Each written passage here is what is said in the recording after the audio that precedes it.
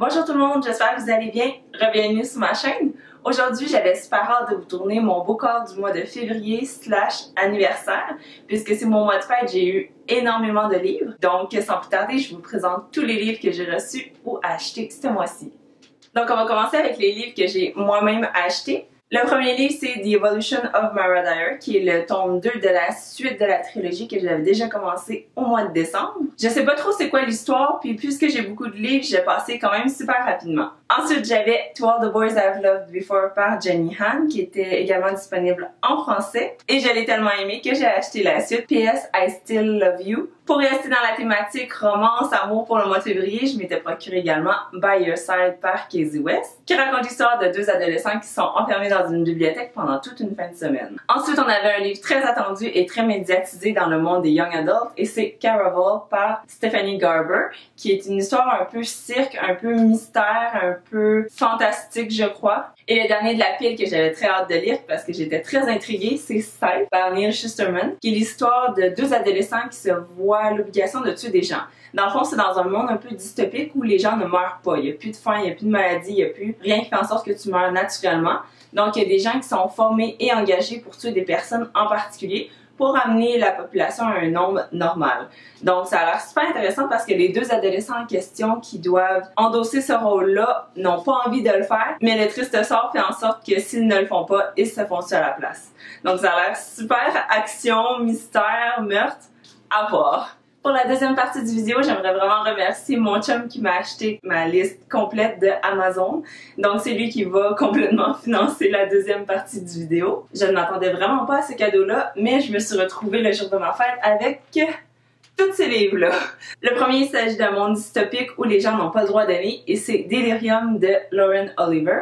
C'est tout ce que j'en sais. Je n'avais jamais lu cet auteur-là auparavant, mais j'ai entendu de très très bonnes choses, donc c'est pourquoi je vais commencer mon incursion dans son œuvre avec celui-ci. Le prochain, je l'avais mis dans ma liste de livres désirés parce que j'avais entendu dire que c'était comme un peu un X-Men, donc des gens qui ont des capacités particulières et qui sont réunis dans une école. Et c'est The Darkest Mind par Alexandra Bracken. Le prochain livre, c'est un livre un peu plus psychologique, croissance personnelle, et c'est de Sarah Knight, qui est Get Your Shit Together, qui est une expression anglophone qui veut dire de mettre de l'ordre dans ses choses et faire ce que tu as à faire. Dans le même ordre d'idée, j'avais entendu beaucoup de bonnes choses également sur le livre The Subtle Art of Not Giving a Fuck par Mark Manson. Il y en a encore quelques-uns, alors je sais pas. Le prochain, c'est More Happy Than Not par Adam Silvera. Et dans le fond, Aaron, qui est le personnage principal, a la possibilité de se faire effacer une partie de sa mémoire. Donc, la question un peu que le livre pose, puisqu'il est dans une situation très indésirable, son père s'est suicidé et ses amis lui parlent pas, donc il est vraiment pas très heureux. Et s'il pouvait avoir la possibilité de se faire effacer des mauvais souvenirs, est-ce que vous le feriez? Donc c'est un peu la question que le livre pose, donc j'espère hâte de pouvoir le lire. En plus, c'est un livre qui a été coté LGBTQ. Le prochain livre que j'ai reçu, toujours dans la même liste, c'est par Robin Rowe, qui est A List of Cages. Et j'en sais vraiment pas beaucoup sur ce livre-là, à part que c'est une amitié entre deux garçons, puis qui va se transformer en peut-être plus. J'ai la misère à reprendre mon souffle. Le suivant, c'est par Kendar Blake, qui est Three Dark Crowns, qui a été super populaire. C'est une société matriarcale où il y a 3 reines par royaume, je crois. Chacune a un pouvoir en particulier. Il y en a une qui a un contrôle sur les éléments, l'autre qui peut empoisonner les gens. Bref, j'en sais pas beaucoup, à part que ça commence slow, puis après que c'est super bon et qu'il y a une suite en septembre, je crois. Le prochain livre se distingue par l'expérience lecture qu'il offre, et c'est de Lauren Oliver Replica. Donc il y a une partie que c'est Team Lyra, et l'autre partie, si on le flippe, c'est le Team Gemma. Donc les deux vont raconter la même histoire, mais des deux points de vue des deux différentes filles. Donc on m'a dit qu'on peut soit lire toute la partie de Lyra, dès qu'on arrive à la moitié du livre, on peut flipper et lire toute la partie de Gemma, ou faire un chapitre. Finalement, les populaires, je crois, l'année passée ou l'autre d'avant, je suis pas sûre, mais que j'ai jamais mis la main dessus. Red Queen par Victoria Everard. Il a été traduit en français celui-là, et je crois que le 3e livre est sorti cette année. L'avant-dernier livre que j'ai, il s'agit d'un livre science-fiction fantastique de S.J. Kincaid de Diabolic. Et c'est l'histoire, selon ce que j'ai compris, d'un parasite qui est en chacun de nous et qui sert à protéger et a été formé pour tuer les gens qui nous incommodent. Je pourrais avoir complètement tort aussi, mais c'est ce que je me souviens.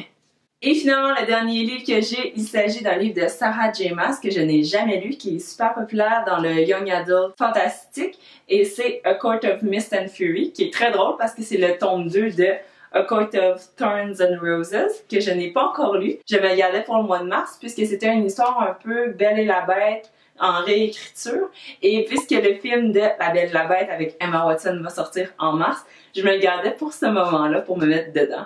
Donc voilà, il s'agit de... Ah, on voit même pas la fin. Oh non, ça va mal finir. Bon, j'ai reculé un peu la caméra pour être capable de vous le montrer en entier. C'est tellement une mauvaise idée.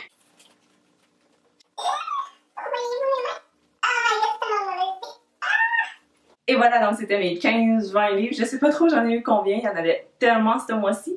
Je crois que je vais être correcte pour 2-3 mois.